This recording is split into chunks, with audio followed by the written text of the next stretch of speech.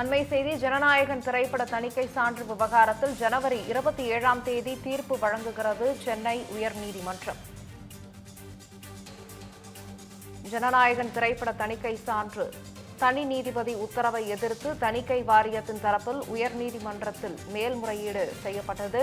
இந்நிலையில் ஜனவரி 27ஆம் தேதி காலை 10:30 மணிக்கு இப்படத்தின் தீர்ப்பு வெளியாகும் என்று தகவல் வெளியாகியிருக்கிறது.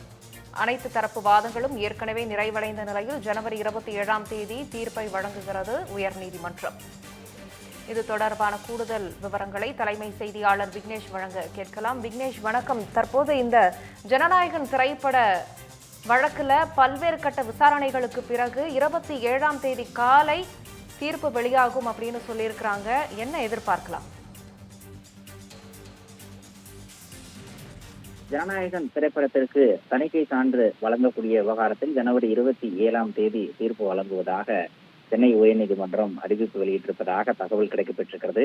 கடந்த ஒரு வார காலத்திற்கு மேலாக நடைபெற்று வந்த விசாரணையின் அடிப்படையில் இரு தரப்பு வாதங்களையும் கேட்டிருந்திருக்கக்கூடிய நீதிபதிகள் 27ஆம் தேதி தீர்ப்பு வழங்கியிருக்கிறார்கள்.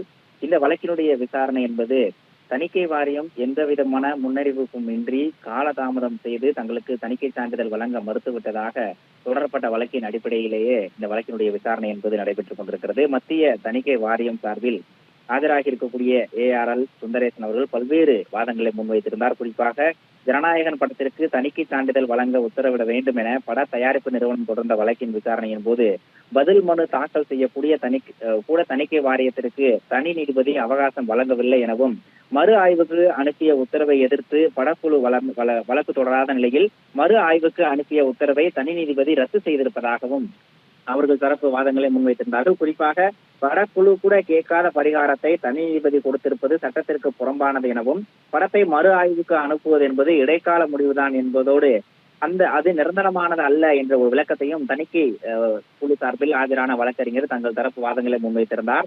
அதற்கு எதிர்ப்பு தெரிவித்து பட தயாரிப்பாளர் தரப்பில் ஆஜரான வழக்கறிஞர்களும் தணிக்கை குழு படத்தை பார்த்து சில காட்சிகளை நீக்கும்படி கூறியது எனவும் அந்த காட்சிகளை நீக்கிய பிறகு நீக்கப்பட்ட காட்சிகளை சுட்டிக்காட்டி எப்படி புகார் அளிக்க முடியும் என்ற ஒரு வாதங்களை படக்குழு தயாரிப்பு நிறுவனம் சார்பில் வழங்கப்பட்டிருந்தது. படத்தை பார்த்த ஆலோசனை குழுவில் இடம்பெற்ற உறுப்பினர் தணிக்கை சான்றிதழ் வழங்க பரிந்துரை செய்யலாமே தவிர சான்றிதழ் வழங்கக்கூடாது எனவும் புகார் அளிக்க கூடாது எனவும் சுட்டிக்காட்டி படக்குழு தயாரிப்பு நிறுவனம் சார்பில் ஆஜரான வழக்கறிஞர்கள் தங்களுடைய வாதங்களை முன்வைத்திருந்தார்கள். இரண்டு தரப்பு வாதங்களையும் நீதிபதிகள் கேட்டிருந்திருக்கிறார்கள். அதன் அடிப்படையில் 27ஆம் தேதி காலை 10 மணிக்கு இந்த ஜனநாயகன் திரைப்படத்திற்கு தணிக்கை சான்றிதழ் வழங்குவது தொடர்பான வழக்கினுடைய விசாரணையில் தீர்ப்பை சென்னை உயர்நீதிமன்றம் வழங்க இருக்கிறது.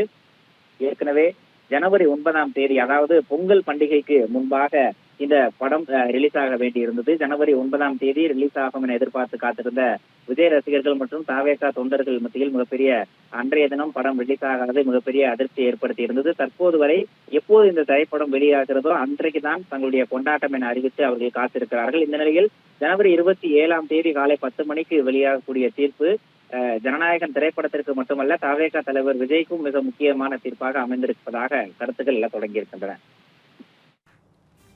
இந்த பண்டிகை நாட்களை முன்னிட்டு வில்லா மனைகளை முன்பதிவு செய்து ஸ்டாம்ப் டியூட்டியில் 50% வரை தள்ளுபடி பெறுங்கள். Premium villa flats across Tamil Nadu from 4.5 lakhs to 3 crores.